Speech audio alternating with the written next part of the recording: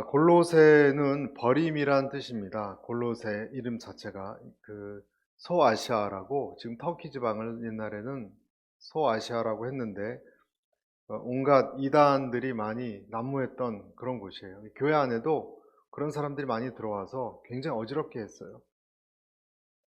참 교회 안에 이단이 들어오면 굉장히 어지럽습니다. 앵커리지도 이단이 있다고 얘기를 들었는데, 여러분 출처가 모르는 데서 성경 공부하자거나 그런 곳은 조심하시기 바래요. 출처가 모르는 곳은. 또 어느 곳은요, 뭐 몇 명이 우르르 교회에 들어와서 굉장히 열심히 하면서 알고 보니까 신천지, 예, 그런 데가 많이 무너뜨리고 있어요. 제가 친하게 지내던 선배 목사님도 저기 태릉 쪽에 교회가 완전히 거덜났어요. 그것 때문에 6, 700명 되는 교인이었는데 다 장악했어요, 신천지가. 야, 그렇게 저하고 맨날 조심해야 된다 얘기를 했던 분이거든요. 그런데도 그랬어요. 오늘은 세 가지를 나누고 싶어요. 세 가지가 우리가 읽었던 말씀 중에서 4절에 나와 있는데, 우리 4절을 같이 한번 읽어볼까요? 4절만 시작. 이는 그리스도 예수 안에 있는 여러분의 믿음과 모든 성도를 향한 여러분의 사랑을 우리가 들었기 때문입니다. 그리고 뒤에는 이제 한 가지가 더 나와요. 소망에 대해서. 그래서 믿음과 사랑과 소망에 대해서 좀 생각해보는 시간을 갖도록 하겠습니다. 이 세 가지가 연결되어 있습니다. 믿음이 있고 그 다음에 사랑이 오고, 믿음과 사랑이 기반이 된 사람에게만 소망이라는 것이 느껴지는 거예요. 여러분, 이것은 굉장한 차이를 가져옵니다. 그리스도인에게. 먼저 복음의 진리는 한마디로 무엇인가? 예수 그리스도에 대한 믿음이다 라고 말할 수 있어요. 믿음은 도대체 무엇인가? 믿음 우리가 많이 이야기 들었지만 과연 믿음이란 무엇인가? 한 가지를 이렇게 에임하는 것, 초점을 맞추는 것, 그것이 여러 가지로 우리가 설명할 수 있지만 그것이 믿음이다라고 할 수 있습니다. 한 정점을 집중하는 것. 그러면은 모든 것이 달라져요. 신기하죠? 우리가 어떤 한 가지를 집중하면요, 그것에 따라서 다른 모든 것들이 새로운 의미를 가져요. 어느 대학교를 보면, 또는 어느 직장을 보건, 내 자식이 들어갈 대학이다 하면 그때부터 다 내 자식을 대학에 넣어야 될 곳으로만 보이는 거예요. 온 세계가. 모든 도시에 가도 여기는 어느 대학이 유명한가, 우리 자녀들이 여기 들어가면 어떤가, 이렇게 다 교육적으로 사고하게 돼 있어요. 마찬가지로 내 자녀가 빨리 시집장가를 가야 된다 그러면 젊은이들이 그때부터는 다 며느리 될 사람, 사위 될 사람으로 보이기 시작하는 거예요.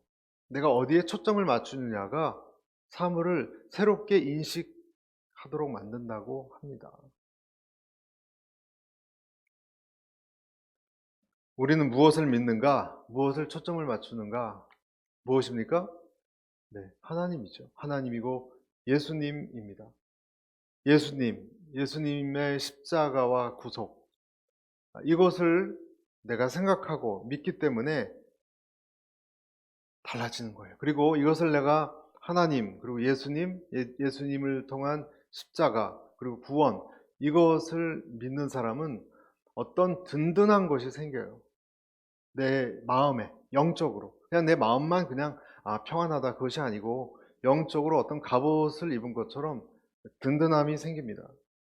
반대로 믿을 만한 어떤 생각이나 또는 사람이 없으면 불안합니다. 혼란과 혼돈을 이겨낼 수 없습니다.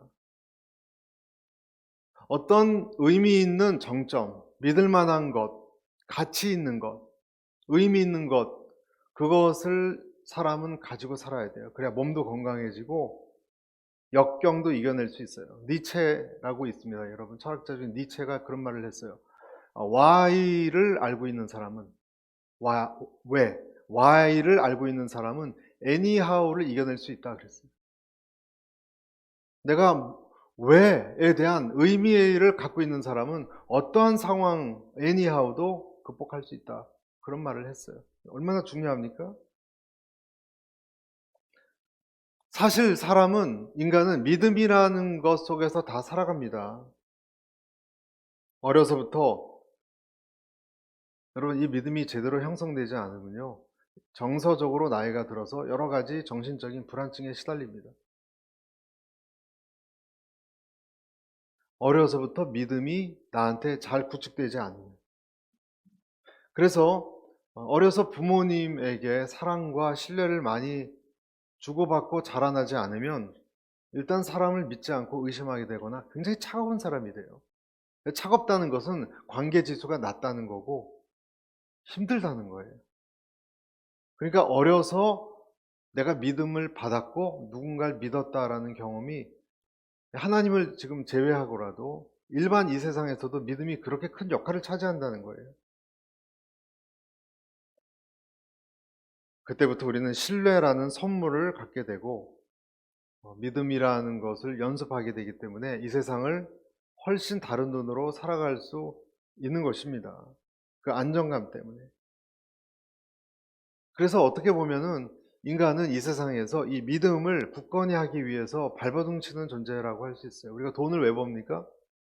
돈 자체를 뭐 냄새 맡고 좋아서 그런 사람이 있습니까? 돈이 있으면 물론 그것으로 맛있는 거 사 먹을 수도 있죠. 좋은 차를 탈 수도 있고. 그러나 재정이 튼튼하면 믿음직스러운 거예요. 정신적으로. 똑같습니다. 인간관계가 두터운 사람은요. 정서적으로 오래 살고 안정을 누린대요. 왜 그렇죠? 내가 알고 있는 인간관계가 두텁기 때문에 안정감을 느끼는 거예요. 신뢰, 부탁할 수 있는 사람. 가족 간의 관계가 돈독하면 심리적 안정감을 느껴서 우울증이나 여러 가지 멘탈 브레이크다운에 빠지지 않습니다.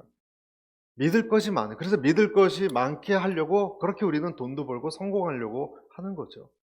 믿을 만한 것들을 잘 축적해 놓기 위해서입니다. 그런 사람들은 그런 물적 기반이 있기 때문에 역시 위험이 오고 어려움이 와도 이겨내기가 쉽죠. 그렇지 않겠습니까? 그러니까 우리 자녀 중에서도 학교에 친구가 없고 외톨이인 학생은 픽하면 잘못 쓰러져요. 심리적으로 약하기 때문에. 나를 지지해 주는 사람 한 명만 있어도 어려운 과정을 이겨낼 수 있습니다. 제가 지금 이런 얘기를 왜 드리는 것일까? 그리스도인과 비그리스도인의 차이가 결정적으로 이런 데 달려있다는 걸 말씀드리는 거예요. 그리스도인은 무엇을 믿죠? 하나님을 믿죠. 그리고 예수님이 나를 구속하셨고 구원하셨다는 걸 믿어요. 이 믿음이라는 것 자체가요. 어려운 풍파가 오면 결정적인 차이를 줘요. 하나님을 믿지 않는 사람과 우리 사이에. 그 사람이 믿음이 좀 약하고 강하고 차이는 있겠지만 근본적으로 그 두 종류의 사람이 대처하는 것은 전혀 달라요.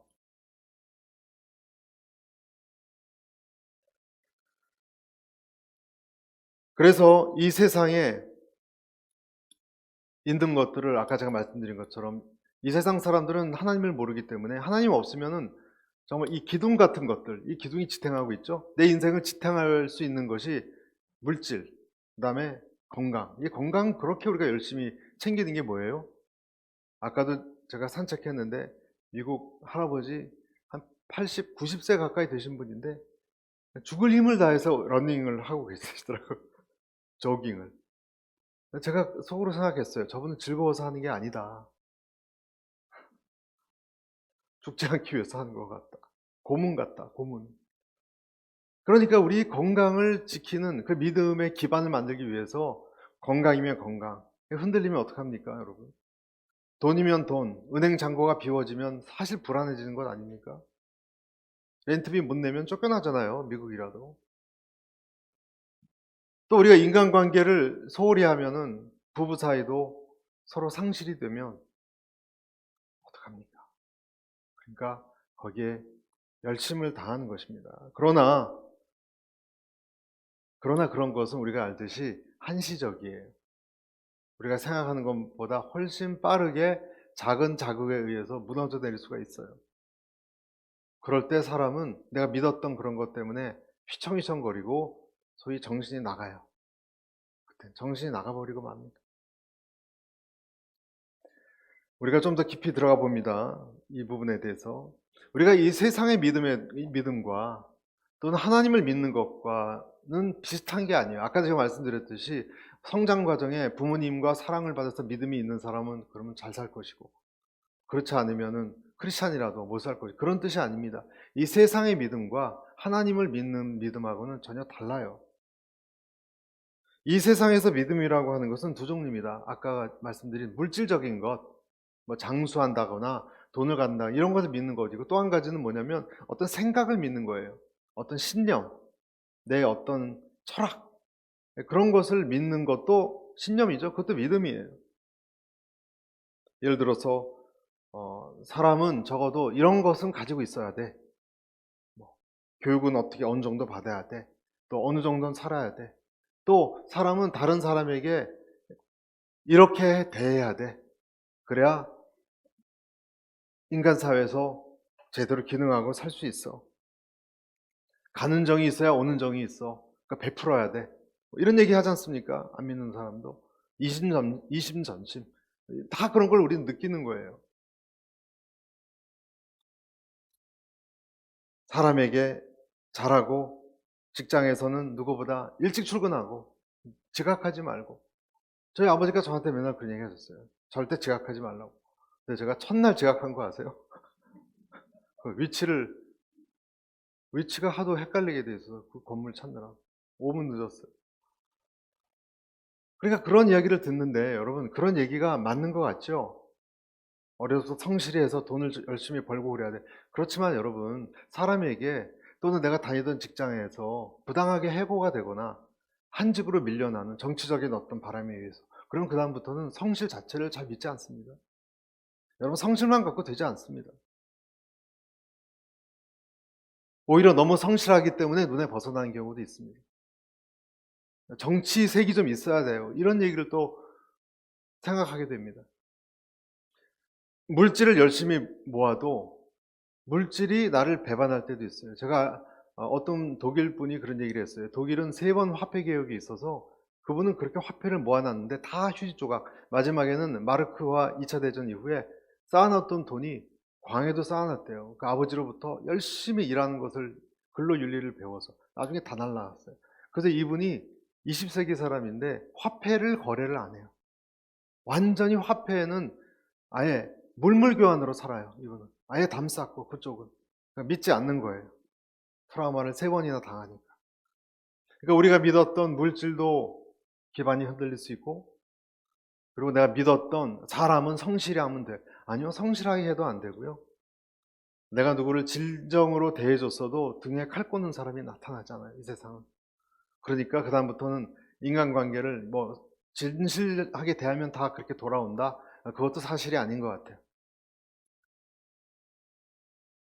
성경에서 말하는 믿음은 그렇다면 무엇인가?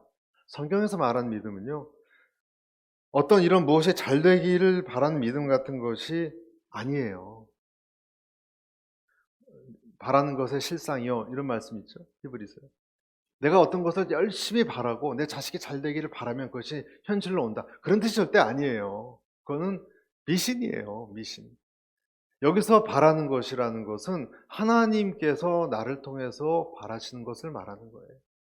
다시 말해서 하나님의 구원과 하나님 나라가 임한다는 것을 바라고, 내가 그분으로부터 구원받고 그 성소에 들어간다는 것, 성소에 들어가서 하나님의 구원받은 자녀로 결정 난다는 것, 내 운명이, 그것을 믿는 믿음이에요, 여러분. 계속 말씀드리겠습니다. 히브리서 11장에 보면 믿음은 바라는 것의 실상이라고 되어 있습니다. 여기서 말하는 바라는 것은 내가 소원하는 것을 바라는 것이 아니에요. 그래서 여러분, 오늘 우리가 믿음을 딱 잘 정리하셨으면 좋겠어요. 나로부터 온 것이 아닌 거예요. 나로부터 온 것, 내가 붙게 해 주십시오, 사법고시를. 그거는 내 최면이에요. 내가 원하는 거예요.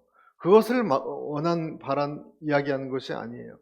이 바라는 것은 하나님으로부터 오는 거예요. 할렐루야. 하나님으로부터 오는 거예요. 말씀으로부터 오는 거예요. 성경을 기초로 해서 오는 거예요. 다시 말해서 하나님이 허락해 주시는 거예요. 이 사람은 이 사람이 물질적인 걸 안 좋아하는가? 이 사람은 물질 좋아할 수 있죠. 당연히 좋아하죠. 그러나 그것이 올 수도 있고 갈 수도 있다는 것을 아는 사람이에요. 거기에 목매이지 않아요. 무엇을 입을까, 무엇을 마실까 하는 것에 목매이는 사람이 아니에요. 이 사람은, 이 믿음이 있는 사람은. 옛날 것은 지나갔고 이제 새 것이 되었기 때문에. 그래서 바라는 것의 실상이에요. 실상도 원어를 보면 원어는 무엇을 히포스타시스, 지탱하다, 받쳐준다, 확실한 기초 이런 뜻입니다. 그러니까 믿음이란 무엇이냐? 하나님이 내 마음에 주시는 나로부터 온 것이 아니라 하나님으로부터 온 것이 확실하다는 거예요. 그것은 움직이지 않는다는 거예요. 깨지지. 그리고 신앙이라는 것은 굉장히 흔들리는 것 같죠. 여러분, 조그만 어린애가 내가 보기에는 정말 아무것도 없고 어리석고 코 흘리게고, 근데 믿음이 있어요? 어떤 부모 밑에 그런 아이가 있을 수 있죠. 그렇지만 그 아이의 믿음은요, 그 온 가족이 쓰러져도 그 아이 믿음 때문에 걔는 안 쓰러집니다. 왜냐하면 걔는 하나님으로부터 오는 어떤 것을 받았고 그것이 절대로 무너지지 않는 것을 알기 때문에, 부활신앙의 기초에 있기 때문에, 확실한 기초 위에 있기 때문에 그런 것입니다. 여러분, 저와 여러분이 이 하나님에 대한 것, 내가 꼭 잘 살고 이런 것을 얘기하는 건 아닐지라도 내 영적 운명에 대해서 하나님이 나를 복주시고 잘 이끌어 가신다라는 것을 내 마음속에 갖추시고 있고, 그런 눈이 열려 있기를 축복합니다. 이것은 망원경을 갖고 있는 사람하고 똑같아요. 망원경이 있으면요, 좋은 망원경은요, 멀리 있는 거 잘 보여요. 망원경 치우면 안 보여요. 점 같지도 않고 하나도 안 보여요. 망원경으로 보면 보여요. 그러니까 믿음이 있는 사람은 어떤 것을 지금 보고 있는 사람이에요. 신기하죠? 여러분, 똑같이 운전하시고 똑같이 직장 가시고 똑같이 다른 사람 TV 볼 때 나도 TV 보지만, 이 사람에게는 다른 그런 모르는, 믿지 않는 사람이 안 보이는 어떤 것을 보고 있어요. 지금 알고 있어요. 그러니까 잘 흔들리지 않아요. 그리고 이것은요, 성경을 가까이 할 때 점점 확실해집니다. 무엇을 가까이 할 때요? 하나님 말씀을 가까이 할 때 강해집니다. 성장하고. 그래서 모든 성경은 하나님의 감동으로 된 것으로 교훈과 책망과 바르게 함과 의로 교육하기에 유익하니. 디모데 후서 3장 16절. 그래서 성경을 점점 읽고 그냥 통독 빨리 해야지 그런 의미가 아니라, 천천히 읽더라도 의미 있게 읽으려고 하는 사람은 내 안에 있는 이것을, 이 이미지를 보는 눈이 명확해지기 때문에 그 사람 별로 요동하지 않습니다. 강한 것이 자기를 갖고 있기 때문에. 자, 믿음 있는 사람은 두 가지 특징이 있습니다. 첫 번째로, 그는 비관적이지 않게 됩니다. 믿음 있는 사람의 첫 번째 특징은 뭐라고요? 비관적이지 않아요. 그리고 그렇게 분노에 이렇게 휩싸이지 않아요. 왜냐하면 원수라 할지라도 하나님이 그 사람을 거기에 이유가 있게 갖다 놨다, 그것을 믿기 때문에 그래요. 그래서 그 원수도 용서를까지는 안 될지 몰라도 그렇게 절망적이지 않아요. 미래가. 그가 할 수 있는 게 뭐겠어요, 여러분? 하나님이 다 통치를 하신다고 정말 믿는다면. 원수가 큽니까? 하나님이 큽니까? 그 사람도, 내 대적도 결국 꼭두각시에 지나지 않는다는 것을 아는 거예요. 내 개인적인 이 세상의 어려움, 비극도 마찬가지예요. 여러분, 그것이 욥기예요. 여러분, 욥기는요, 어떻게 읽어야 되냐면 구조로 봐야 돼요. 구조로. 무슨 말이냐? 욥기 여러분 아시죠? 욥기 되게 41장까지 있어요. 1장, 2장은 뭐로 되어 있어요? 하늘나라 세계에 있어요. 1장, 2장. 앞에 잠깐 나오지만 마귀하고 하나님하고 대화하고 천사가 있고 하나님과 특히 사탄과 대화가 나와요. 그리고 제일 뒤에 보면 38장부터 39, 40, 41장까지는 무슨 내용이 나오냐면 하나님이 욥한테 얘기하는 게 나와요. 그 중간에 대부분의 양을 차지하는 욥, 소발, 그런 자기 세 명의 친구들 나오지 않습니까? 엘리후, 뒤에 나오는 이런 사람들하고 대화가 나와요. 그 한마디로 그것은 뭐냐? 하나도 이해가 안 간다는 거예요. 하나님이 날 이렇게 고난 속에 몰아넣는지 이해가 안 간다는 거예요. 그렇죠? 요 안에 있으면 이해가 하나도 안 가요. 그러나 지금 말씀드린 것처럼 욥기를 바깥을 보세요. 마치 운동장의 스타디움에 사람들이 관중석이 있고 그 안에 욥하고 세 명의 친구들 막 토론하는 게 나오는 것을 우리가 보고 있는 것 같잖아요. 그러면 대뜸 무슨 생각이 들어요? 욥아, 너무 고민하지 마. 하나님이 다 보고 있어. 그리고 앞부분에 사탄이 널 그냥 시험한다 그랬어. 하지만 생명은 건드릴 수 없다 그랬어. 그런 말 해주고 싶지 않아요, 여러분? 욥한테? 그렇게 읽는 거예요. 그러니까 욥은 이해가 하나도 안 가도, 너는 너의 인생이 이해가 안 가도 너를 지금 보고 있는 하늘에 수많은 믿음의 사람들이 있고 천군 천사가 있고 하나님이 있다. 그런 눈으로 너의 인생을 보라. 그 믿음을 가지라 하고 읽는 것이 욥기예요.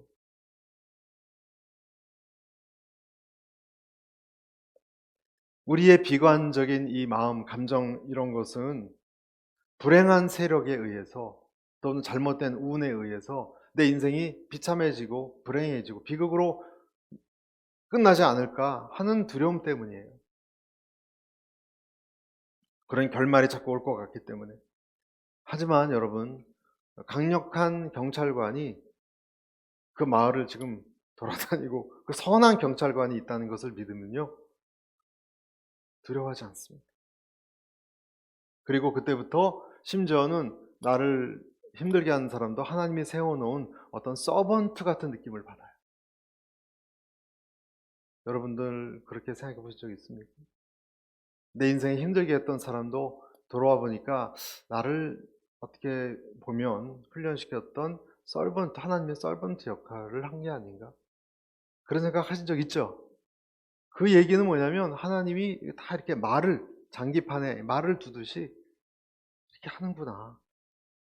그 사람이 뭐가 두렵겠어요? 그래서 비관적이지 않습니다. 결재권을 하나님이 쥐고 있다는 것을 알기 때문에 내가 이해가 안 가도 아까 욥기 말씀드린 것처럼 그렇게 비관적이지 않습니다. 그리고 두 번째, 믿음 있는 사람의 특징은요, 고난을 뚫고 갑니다. 고난을 뚫고 갑니다. 아까도 말씀드렸다시피 이 고난이 의미 있는 것, 그리고 하나님이 인정하신 길이라는 것을 내가 안다면 그다음부터 고난은 힘을 잃어요. 그렇죠? 그다음부터 고난은 힘을 잃어요. 이것이 나를 복되게 할 거라는 것을 안다면, 물론 힘들죠. 힘들지만 그렇게 어려운 것은 아니에요. 여러분, 내가 시험을 보려고 시험 준비하는데 합격할 가능성이 높으면 열심히 고생하는 게 그렇게 힘들겠습니까? 또 재수, 삼수 뭐 계속 그 두려움 때문에 힘든 거지.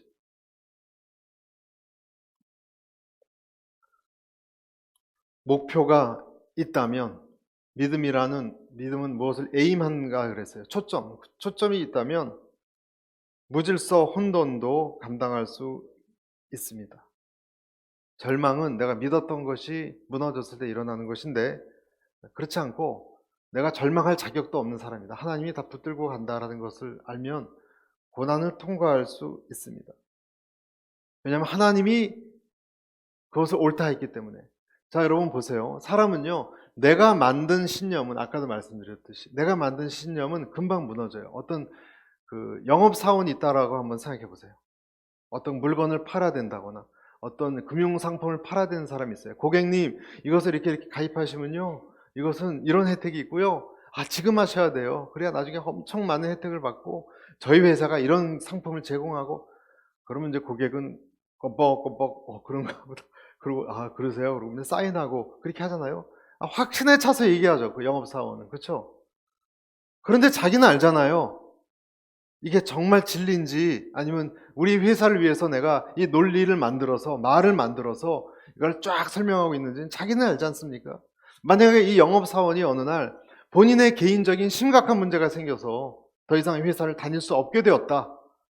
그러면 과연 이 사람이 자기가 만든 그 논리에 충실하게 그 다 가입하고 들고 그렇게 하겠습니까? 목숨 걸겠습니까? 그러니까 작은 파도가 와도 내가 만든 논리는 금방 무너진다는 거예요. 내가 알아요, 그것은. 그냥 얄팍하다는 것을. 그냥 광고 문구 같은 거예요. 이 세상의 가치들은요, 사람이 만든 것들이에요. 다 광고 문구 같은 거예요.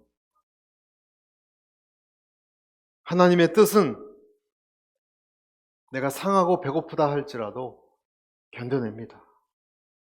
붙들면 이겨낼 수 있습니다. 흔들리지 않습니다. 그만한 가치가 있고, 그리고 옳은 결론이, 축복된 결말이 기다리고 있기 때문에 흔들리지 않습니다. 내가 만든 게 아니에요. 내가 적어도. 그래서 지금 이 두 가지 비관적으로 만들지도 않고 고난도 이겨내게 하는 것이 감사할 수 있게 만들어요. 그 사람이 웬만한 것도 감사할 수 있게 만들어요. 저는 여러분에게 이 믿음이 있게 되시기를 축복합니다. 그런데 이 믿음이, 여러분, 이 믿음이 있는 사람이 두 가지 말, 비관적이지 않고 고난도 이겨내는데, 인간관계에서는 어떤 일이 일어나느냐? 이것이 사랑으로 드러나요. 그래서 믿음, 소망, 사랑, 또는 믿음, 사랑, 소망, 이게 다 묶여 있는 거예요. 뭐로 드러난다고요? 사랑으로 드러나요. 자, 오늘 4절 다시 보세요. 이는 그리스도 예수 안에 너희 믿음과 모든 성도에 대한 사랑을 들으며.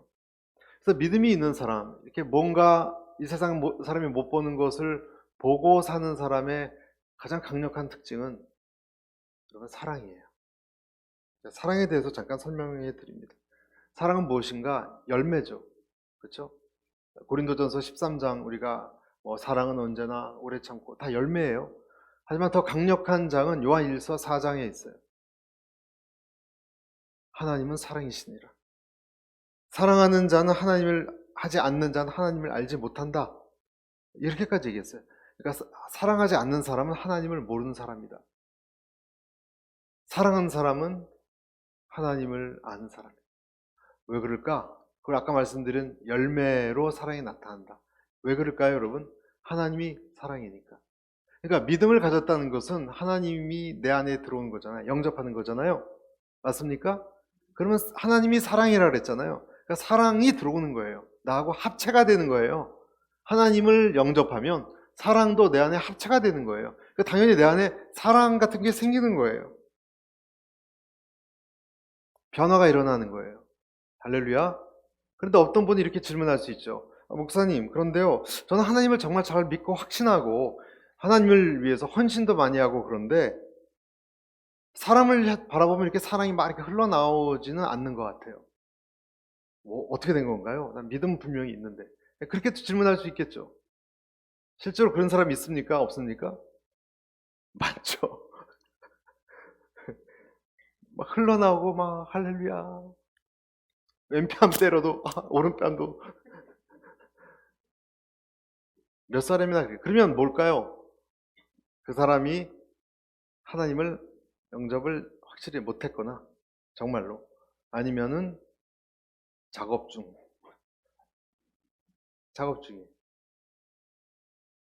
여러분, 이 식물도 열매 맺기 전에 살아 있습니다. 열매 맺기 직전까지, 열매가 안 나올 때까지 뭔가 작업이 일어나고 있습니다. 작업 중이에요. 여러분, 천성적으로 착하고 사랑 많은 사람이 있을 수 있어요. 그렇죠? 그 사람은 태어나면서 부모님 사랑 엄청 받아서 그냥 어딜 가도 달콤한 얘기하고 부드럽고 착하고 손잡아주고 베풀고 그런 사람이 있을 수 있어요. 하지만 그것은 제가 지금 말씀드린 성경에서 말하는 그리스도의 사랑하고는 다른 거예요. 그걸 말씀드린 것은 아니에요. 무슨 말이냐? 성경에서 말하는 하나님을 믿고 영접한 사람에게 나타나는 사랑은요, 내가 태어나면서부터 좋은 집안이나 좋은 기질을 가지고 사랑하는 사랑하고는 다른 건데, 어떻게 다르냐? 이 기독교에서 말하는 사랑은 자기 부인이라는 게 있어요. 이게 달라요. 자기 부인이 있어요. 자기 와이프가 아니라 자기 부인이 있어요. 아까 처음 말하는 이 세상에 상냥하고 착한 사람은 원래 그렇게 사랑스러운 길이 나 있는 사람이에요. 그냥 그분의 캐릭터가. 그런데 사랑받지 못하고 오히려 학대받고 힘들게 살아온 사람, 또는 그 안에 짐승 같은 사악한 본성이 있는 사람이, 거친 사람이 있다면, 그리고 어느 날 그 행동이 좀 이상해져서 전혀 예상하지 않았던 어떤 행동, 사랑의 행동을 한다면 틀림없이 어떤 작용이 일어난 거예요. 맞습니까? 뭔가 일어난 거예요. 그것이 하나님의 사랑을 말하는 거예요. 찬송가 그 샘물과 같은 보혈로 그것을 노래하는 거예요. 190장 그 가사, 저 도적 회개하고서 이 샘에 씻었네. 저 도적 같은 이 몸도 죄 씻기 원하네. 죄 씻기. 그 노래가 그런 사랑을 말하는 거예요. 왜 그럴까, 여러분? 그런 사람은 왜 이런 변화가, 험악한 사람이 갑자기 눈물을 막 뚝뚝 흘린다거나, 막 자기 선생님한테 소리치고 나갔던 깡패가 며칠 있다 들어와서 잘못했다 그런다거나, 정말로. 그거 왜 그럴까? 그리스도 안에 있는 사랑은 양심을 찌르기 때문에 그래요. 여러분, 양심을 찌릅니다. 그러니까 안에 어떤 내 죄성이 있고 하나님이 있으면 이것이 부딪혀서 찔러서 회개가 나오기 때문에 그런 행동을 하는 거예요. 그러니까 화학적 작용이 있는 거예요. 그 사람에게는. 그럼 왜 그런 일이 일어났을까? 이 사람은 예수님에게 반했기 때문에 그래요. 예수님의 은혜를 맛봤기 때문에. 여러분이 예수님을 아는 것뿐만이 아니라 좋아할 수 있게 되기를 축복합니다. 예수님에게 반하면 녹는 거예요. 그래서 토스토예프스키라는 러시아의 그 유명한 그 작가가 그런 말을 했습니다. 만약 진리가 예수님이 진짜가 아니라는 것을 증명한다면 그래도 나는 예수님 편에 설 것입니다. 그런 얘기를 했어요. 진리가 나중에 예수님이 가짜라는 것을 증명한다 할지라도 나는 그리스도 옆에 서겠습니다. 얼마나 사랑하고 배려되었으면 그런 말을 하겠습니까? 그래서 기독교의 사랑은 그리스도 예수에게 반한 사람에게 나타나는 증상 같은 거예요. 예수님 얘기하면 그런 사람들은 갑자기 이렇게 코가 빨개져요. 그러니까 이 예수님을 받아들이는 것이 없으면 이 사랑은 없는 거죠. 천성적으로 사랑이 많은 사람 말하는 게 아니라니까요. 이 사람은 조건이나 취향에 따른 일반적인 자연적인 이 세상의 사랑을 그런 우리의 사랑이 아닙니다. 내 이기심을 허물고 아까 말씀드린 천성적으로 사랑이 많은 사람도 이기적일 수 있어요. 어떤 면에서 자기 만족일 수 있어요. 그러나 지금 제가 말씀드린 사람은 그가 자존심을 상했건 피해를 받건 달라요. 그런 것 같습니다. 손해봐도 괜찮은 거예요, 이 사람. 예수님의 사랑이기 때문에. 그래서 예수님을 만난 사람은 내 이기심이 녹아져 있는 자국 같은 것이 있어요. 여러분, 그런 사람을 주변에 많이 두시길 바라요. 자기 극복하는 것 같은 사람. 물론 그 사람이라고 다 자아가 완전히 죽었다는 뜻은 아니에요. 나는 내 자신을 극복하고 남을 사랑하는 사람일까? 나는 그렇다면 완전 죄인에서 하나님의 완벽한 사랑에 어디쯤 와 있을까? 어느 상태일까? 나는 과연 사랑이 내 안에서 열매가 조금씩 나타난다면 그 증상은 무엇일까? 사랑 그러면 잘 이해하기 힘들잖아요. 그럼 이렇게 말씀드리면 좀 쉽게 이해할 거예요. 예수님을 정말 믿음이 있는 사람에게 나타나는 사랑은요, 부드러워진 사람이에요. 하나님에게 부드러워지면 순종으로 나타나고요. 사람에게 부드러워지면 긍휼로 나타나요. 부드러워졌습니다. 그리고 어떤 다툼 속에 자기 잘못을 잘 시인하는 사람일까요? 고집 피우는 사람일까요? 시인하는 사람. 아, 그래요? 제가 잘못 봤네요. 죄송합니다. 제가 부족했습니다. 이 사람은 또 어떤 사람이냐면 자기 자신의 날카로움을 볼 수 있는 사람이에요. 사람은 누구나 여러분 상처 있습니다. 상처 없는 척 하는 거지. 여러분 상처 없는 사람이 있습니까?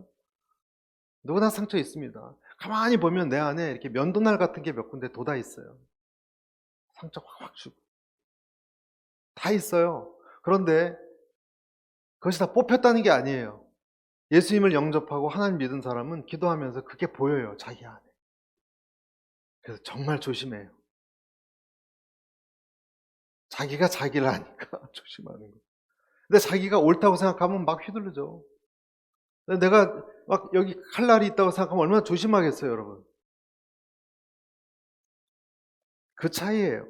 그래서 자기 자존심에 목숨 걸지 않아요. 여러분 생각해 보세요. 자존심이 강한 그리스도인, 모순이죠? 모순이죠. 그건 모순이에요. 칼날처럼 서 있는 그리스도인, 모순인 것처럼. 그리스도를 영접하면 높게 돼 있어요. 여러분이 자존심이 상하고 자주 상한다면 여러분 칼날을 빨리 녹이세요. 그런 사람은 예수님의 사랑을 전혀 모르는 사람이 아니라 접신물 정도밖에 맛보지 않아서 그래요. 예수님의 사랑은 한강같이 깊고 넓은데 이 사람은 접신물 정도밖에 적셔졌긴 했어요. 그런데 아직도 뾰족뾰족해요. 날마다 죽노라, 바울이 얘기하는 겁니다. 날마다 칼날을 빼내놓으라, 그 뜻입니다. 전 여러분들의 삶에 그런 칼날이 다 뽑혀있는 부드러운 사람이 점점 그렇게 변화되시길 축복합니다. 바울이나 베드로가 여러분 그렇게 사랑스러운 말로 부드러운 눈빛으로 사람을 대했다고 생각하십니까? 아니에요. 그들도 거칠었어요. 그러나 그런 행동을 한 이후에는 아마 통곡하며 울었을 거예요. 자기를 보니까. 그래서 그리스도인의 사랑은 불완전한 죄인의 통곡 같은 거예요. 완벽한 상냥한 아름다운 그런 다듬어진 그런 사람의 인격을 말하는 것만은 아닙니다. 그리고 싸움도 안 하고, 여러분 예수님이 싸움꾼이셨던 거 아세요? 그리스도의 사랑이 있는 사람은 가만히 늘 있고 당하고, 그걸 뜻하는 거 아닙니다. 여러분 예수님도 논쟁 엄청나게 잘하셨어요. 그런데 힘들고 불쌍한 사람에게는 눈물을 흘리셨어요. 긍휼히 여기셨어요. 여러분 싸움을 할 때는 싸우세요. 정당한 것이라면. 부당한 사람 앞에는 싸우세요. 그러나 인격적으로 싸워야겠죠. 예수님도 잘 싸우셨어요. 막 뒤집어 엎으셨잖아요, 여러분. 성전 앞에서는. 잊지 말아야 될 사랑에 대한 한 가지는 꼭 잊지 말아야 됩니다. 사랑은 의지입니다.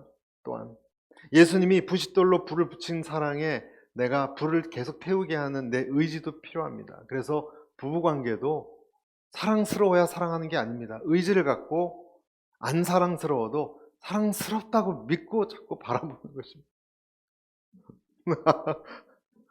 그런 마음을 갖고 끝까지, 여러분 고멜이 도망갔는데 호세아가 정말 사랑에 겨워서 찾으러 나갔겠습니까? 매번?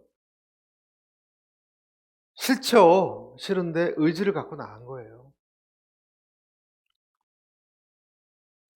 몸부림치는 것입니다. 그런 면도 있는 것입니다. 그리고 그 사람은 마지막으로 어디로 연결됩니까? 믿음이 있고, 그리고 사람 사이에 사랑이, 자기 부인이 있는 사람은 무엇이 그 사람에게 또한 얻어지냐면 소망이 있어요. 그래서 5절 보십시오.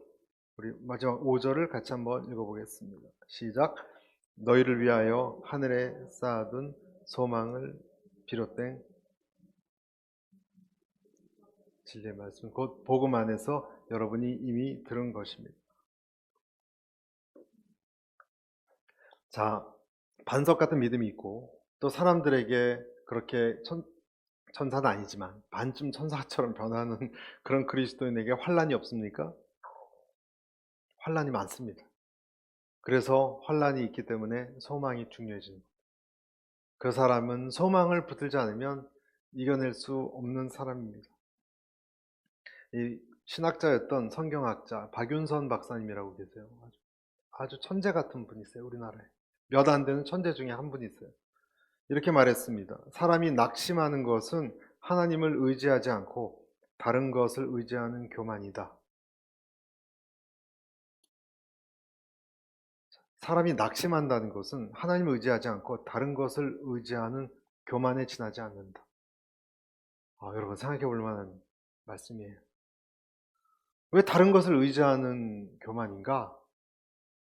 내가 해야 될 것만, 이분 말씀에 내가 해야 될 것만 하면 되는데 할 수 없는 것을 내 힘으로 하려고 하기 때문에 안 되면 낙심한다는 거예요.